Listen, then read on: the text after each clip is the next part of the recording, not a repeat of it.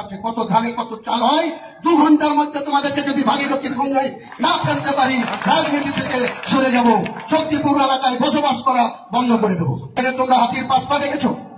কিন্তু যদি ভেবে থাকো যে 30% লোক মুর্শিদাবাদ জেলায় আর আমরা 70%, এখানে কামনগরে তোমরা বেশি আছো বলে কাজীপাড়ার মসজিদ ভাঙবে আর বাকি এলাকার মুসলমান ভাইরা হাত গুটিয়ে বসে থাকবে, এটা কোনোদিন হবে না। বিজেপিকে আমি হুঁশিয়ার করে দিয়ে বলছি, কোনোদিন হবে না। কি বন্ধুরা, কি ভাবছেন? এটা কি বাংলাদেশ যেখানে আমাদের হিন্দুদেরকে হুমকি দিচ্ছে?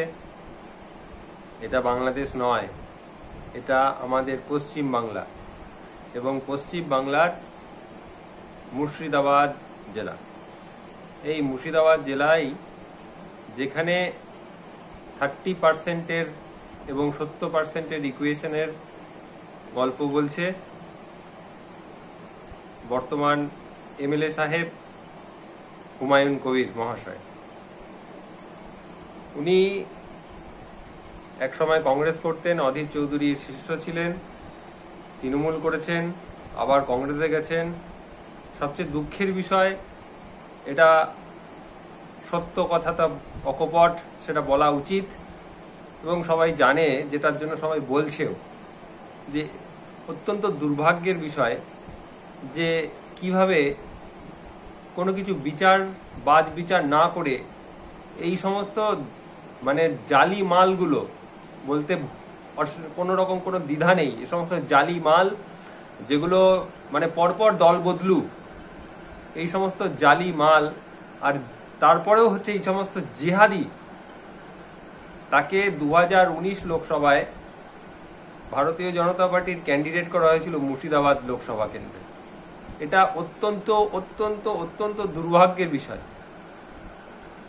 কারণ আমরা হিন্দুরা একটি দলকে অন্তত ভারতবর্ষের মধ্যে মনে করি যে এই দলটা হিন্দুদের জন্য কথা বলে, সত্যি বলে হিন্দুদের জন্য।